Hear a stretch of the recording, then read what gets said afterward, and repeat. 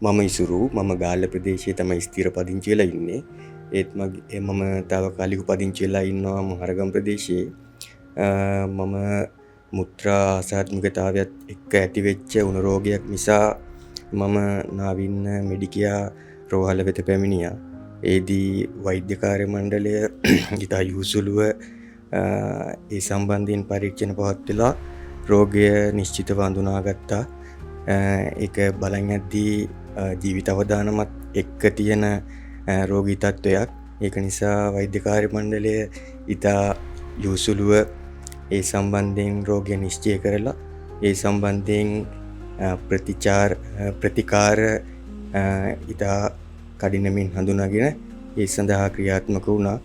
ඒ නිසා ඉතා කෙටි කාලයක් තුළදී මට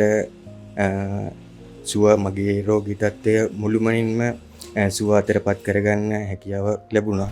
ඒ වගේම මම විශේෂ ස්තුතිවන්ත වෙනවා මෙහි ඉන්න වෛද්‍ය කාර්ය මණ්ඩලයට. ඒ වගේම මට මගේ රෝගී තත්ත්වයට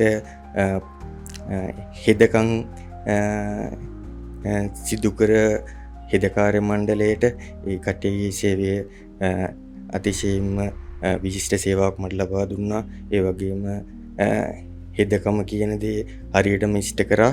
ඒ කට්ටියට මම විශේෂයෙන්ම ස්තුතිවන්ත වෙනවා. ඒ වගේම අනිකුත් කාර්ය මණ්ඩලය ඉතා කාරුණිකව අපේ අවශ්‍යතාවයන් සොයා බලලා ඒවා ඉතා යහුසුලුව ඉෂ්ට කරා. දැන් මම හිතන්නේ සම්පූර්ණයෙන්ම සුව අතරපත් වෙලා ඉන්නේ.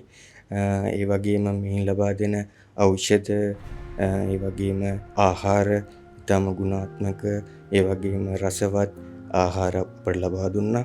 ඒ වගේම කාමර පහසුකම හැම පහසුකමම සහිතව ඒ පහසුකම් සපයලා දීලා තියෙනවා.